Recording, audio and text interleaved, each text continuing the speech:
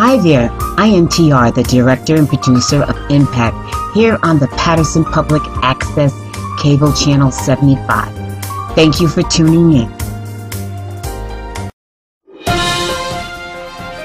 This episode has been sponsored by A Rose's Petals, located at 472 Broadway, right here in Paterson, New Jersey, between Madison Avenue and East 18th Street. Call A Rose's Petals for your floral arrangements and or any other request.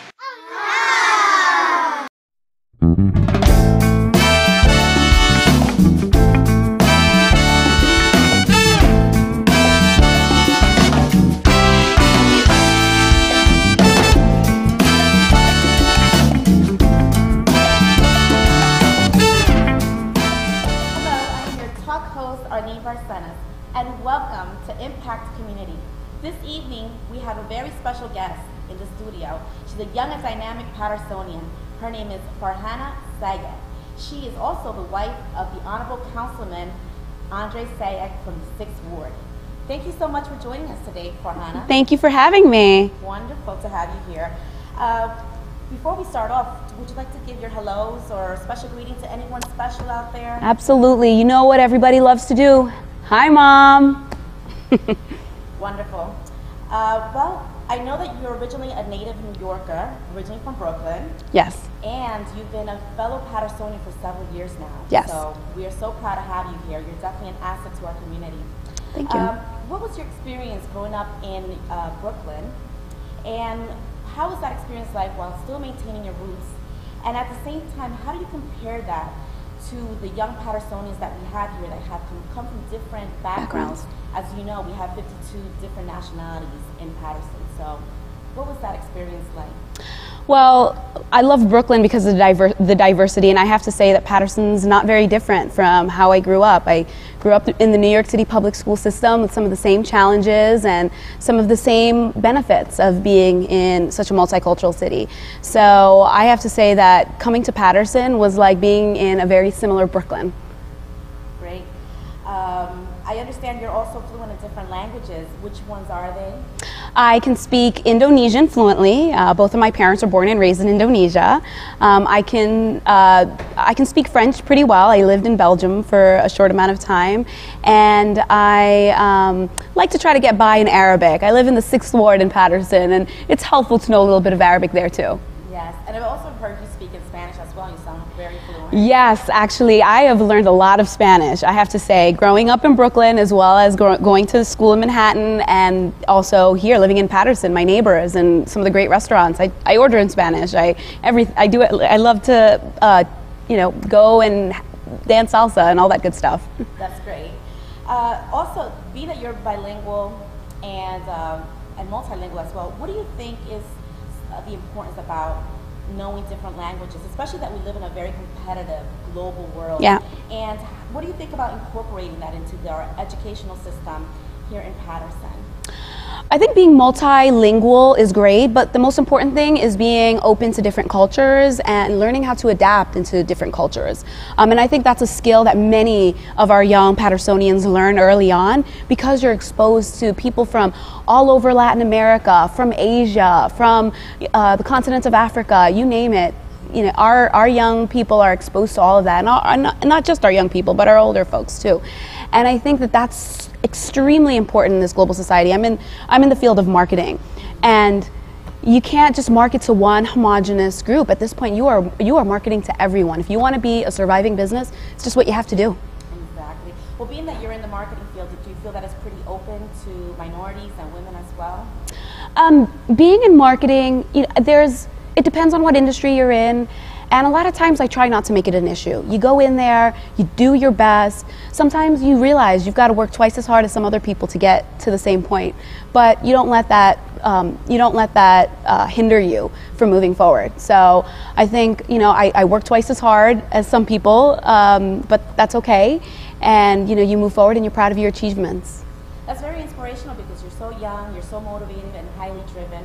And I think that's great information, especially for our young folks that are graduates or about to be graduates and are thinking about possibly going into the business field. Yep.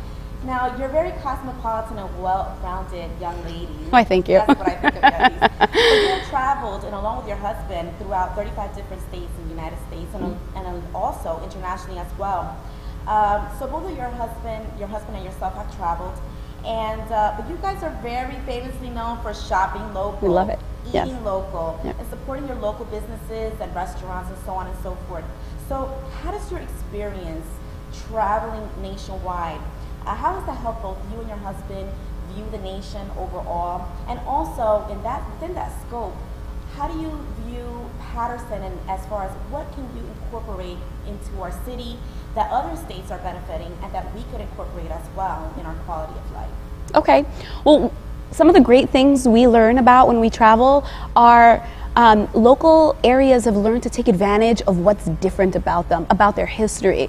And we've got so much, everything from the Great Falls to Hinchliffe Stadium. We have such a wonderful history to be able to lure people in. But we also have amazing diversity and many, many different cities throughout the country, whether they be small cities such as Wichita, Kansas, to large cities like Dallas, Texas. We see how they take advantage of the unique nature of their city to bring in tourism, to bring in businesses, and further spur economic development. And I think that's going to be key. It's learning about how do they take advantage of those unique items, and also how do you identify what's unique about your city. So I think when you travel, you naturally pick up on that. Now, you have a BA and an MBA degree, which is wonderful. Great. But you originally went to Drew University. So what drew you into Jersey? Mm-hmm. It was located out in Madison, New Jersey. What drew you into Jersey? So it seems like something's been pulling you in. Yeah, I know. Right? I know. Well, it was actually really funny. Drew University was not my number one choice, but once I visited the school after I got accepted, I realized that was home for me. It was perfect. The location was perfect. I was far enough from home where I had to live on campus, but I was still close enough where I had the opportunity to see my family, my parents, on the weekends. So it was perfect from that point of view, and it was this nice small liberal arts college where I had a lot of individualized attention, which was very different from the experience I received in the New York City public school system. So that's what lured me into New Jersey. And then right after I graduated, I worked in New Jersey. I worked for a small bank, and that's at around the same time I met my husband. And even though I went back to New York while we were dating, Paterson held a special place in my heart ever since. Ever since, that's right. So let's fast forward a little bit. In May of this year, your husband, Councilman Sayegh from the 6th Ward, was reelected to his second term. And it was a very solid win. During that swearing-in ceremony, you introduced him. How was it? How did it feel not only to be a loving and supportive wife, but how did it also feel to share that same platform in such an important part of his political career? I loved it. I thought it was such an amazing experience to be there and to see all the people come together, because what's really important about Paterson is about unifying our city and seeing everyone come together. So it was great to be there for that reason, and I was proud of him. And I know that Andre, he had the opportunity to do a lot of other things, but you know what? He loves his city, and he received his MPA from Columbia. Other opportunities came up, and he said, nope, I want to be in Paterson. I want to be in the city. I want to help, because I've seen, some unfortunate things happen to the city, but I still see so much potential. And his vision, he is dedicated to helping the city move forward. I'm glad that you're also a part of Paterson's vision as well. Thank you. So we're going to take a quick break right now, and when we return, Farhanna Sayegh is going to continue to enlighten us about her experiences, not only as an intern once for Senator Hillary Clinton, but how she's also very involved in her community as well. So we'll be right back with Impact Community.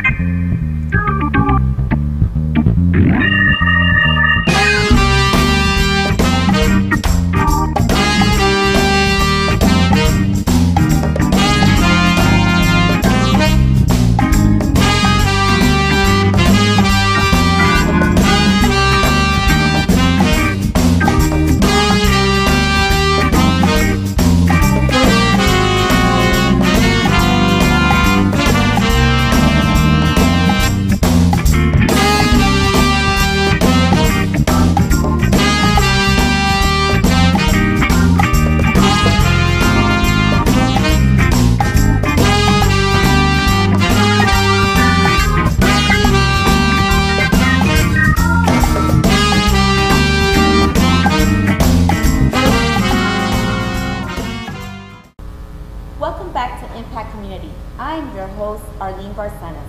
We still have here in our studio our young and dynamic and fabulously driven Ms. Farhanna Sayegh. Thank you. Like I indicated before, she's also the wife of Councilman Andre Sayegh from the 6th Ward. And now she's going to continue to further enlighten us about all the positive moments that she's had in her career. Great. Tell us a little bit more about your experience as being an intern for Senator Hillary Clinton, and how did that experience influence you personally in your interest in politics? Well, I had the honor of interning for then Senator Hillary Rodham Clinton in 2004, and it was an amazing experience to see how a U.S. Senator's office operates. I was in her Manhattan office, had the opportunity to meet her on several occasions and attend events, and I think what was wonderful about that was that I had the opportunity to work in constituent services, to understand what is it that constituents need. And you'll find that everything from immigration to education to housing, and there are just so many different issues that everyday Americans go through. And it was actually a little bit overwhelming, to be honest, because you just see the massive phone calls and emails and letters come in, and you want to help everyone. And unfortunately, you have to prioritize. You have to find the people who have the issues that really need attention immediately. And unfortunately, some you just can't get to everyone. So that was an unfortunate experience there, but overall I think it was very eye-opening to understand what are some of the issues that everyday Americans go through. Exactly. So that puts you right in the heart of the constituents' needs and what the community actually bleeds for, and what their visions are as well. And within that scope, what do you see in the near future for Paterson, both in the political landscape and the improvement of quality of life? How important is that for you with that background?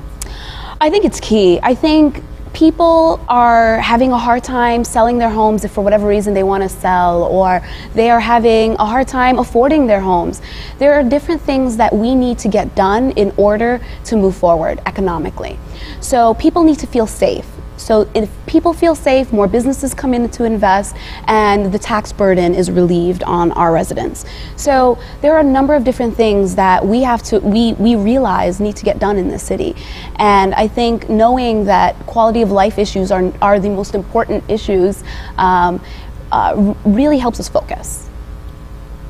Definitely, quality of life is definitely one of the forefront issues here in Paterson, and in different capacities, not only having more green in our city, but also taxes and so many different other issues. Absolutely. Crime rate as well. So quality of life is very important. Absolutely. And to add to that, I think some little things that we take for granted are extremely important. Everything from consistent garbage pickup to potholes that are fixed to your neighbors being at the right decibel level in terms of music or even conversation, parties. All of that contributes to your overall happiness, and we want at the end, we want everybody to be happy in the city. Definitely. So last month, you proudly represented our city of Paterson as one of our Democratic New Jersey delegates for the Democratic National Convention out in South Carolina. How was that experience for you, especially having been chosen and having seen your name on the ballot during the spring elections? Tell us about that. That must have been exciting. That was actually extremely exciting. I learned about the opportunity early on in 2012, and I said, let me sign up. I want to get energized. I want to be there in Charlotte, North Carolina to get motivated and better understand our platform, so that when I do go door to door, when I do phone bank, that I'm able to better articulate our platform, to listen to the different perspectives of elected officials and party members, and therefore better educate the people around here. But not only here, we have a duty as a neighbor to Pennsylvania to go over there, because it is a swing state and every single vote counts.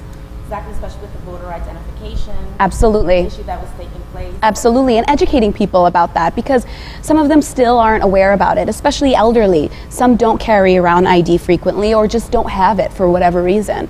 And so letting them know what their resources are and letting them know what they need to do before the election is key. Yes. And also pushing that youth vote that really came out back in 2008. Yes. Very important and key as well. I'm sure that during the Democratic Convention, you were able to meet some great figures, some great leaders out there. Mm-hmm. Was there anyone specifically whom you always greatly admired and always wanted to meet, and you had that actual opportunity? Honestly, it's going to be an interesting one. I'll warn you right now. But I had the opportunity to meet the person that actually kicked off my husband's desire to be in politics. As you know, my husband, Andre Sayegh, he's very passionate about what he does, and actually he started his career in politics by working on the campaign of Congressman Herb Klein. Wow. So I actually finally had the opportunity to meet Congressman Herb Klein, and what I tell him is, it's nice to meet the guy who created this monster. That must have been a good moment for you. Yeah. And a lot of positivity out there at the Democratic Convention, right? Right. So with the Democratic Convention, they highlighted many key messages, not only to our nation, but to very key demographics of our communities, such as the dreamers, immigrants, women and our rights, healthcare as well. What message resonated the most with you, and what did you walk away with from that experience? Well, it's hard to pick just one issue. I think the most important part about that convention was that the Democratic Party is about saying, we're in this together. You're not in it alone. We are a country that is extremely wealthy. We're the wealthiest country on this planet. There is no reason why somebody should go hungry, why somebody should not have proper health care. There's just so many reasons why I'm a Democrat, and being at the convention was great because it re-energized, it re-emphasized why I'm a Democrat, and it helped me come back and further discuss that platform with the folks in this area. Definitely. And with that in mind, we have this is a very important election cycle that's coming up on November the 6th, my friends, with the presidential, the senatorial, the congressional, our Passaic County freeholder candidates as well. Yes. What is the important message on getting out that vote, the get out the vote process, the vote by mail process? Yes. How do we get fired up and ready to go? Okay. Well, the first thing that I recommend everyone do is talk to your friends and family. The one thing, for those who don't actually go out and vote, a phone call or a knock on the door isn't going to encourage them to vote. Those items, those activities are best to convince people who to vote for. But for those who are just not going to go out to vote, their main reason, and surveys have showed this, their main reason for not voting is because they are too busy, or they just don't feel that the political process is going to help them. And so that's the reason they don't go. So they need a friend or family that they can trust to convince them to go out and vote. And that's why it's important for us to rally up people who we know are actually going to go and vote, to have them talk to their close friends, their mothers, their fathers, their grandparents, their aunts and uncles, their cousins. Talk to everyone around them, because they're going to be the ones that can influence that person from actually stepping out the door and going into that voting booth. You heard it best. This is coming from our friend Farhanna Sayegh. For November the 6th, get out that vote. Any closing remarks for our Patersonians and our youth and our women friends out there? Absolutely. I think what's key is just exercising that right to vote. I know we all are extremely busy, and some of us don't think it's going to change, but this is a very important election. There are very strong differences of opinion. So overall, it's key that we go out to vote, because it's going to affect the next 4 years, 6 years. It's going to affect the next generation. And if you think it's important to leave this country in great hands for our kids and our grandchildren, then it's key that you go out and vote. So many people before us fought so hard for that right to vote. For women, we finally received the right to vote in 1920. And what's great about that, what's wonderful now, is that more women vote than men, which I think is phenomenal, that women are actually exercising that right to vote. However, unfortunately, folks of different ethnic groups, we don't go out and vote. And that therefore affects the resources we get in the future. It is so important that we go out to vote. The Voting Rights Act of 1965 helped us, and there were so many people that died for that right, so many people that fought for that right, who were injured for that right, and it's just key that we exercise that right, not just to express our voice, but it's also to make sure that we exercise our civic duty. Well, we would like to give special thanks to our guest, Farhanna Sayegh, such a dynamic Patersonian woman and a very proud woman. Thank you. Well. And for enlightening us here at Impact Community, So to learn more about this dynamic woman, Farhanna Sayegh, please visit our website, which is shown at the bottom of the screen. I, Arlene Barcenas, was your host tonight, and the Impact crew would like to thank you very much to all the viewers.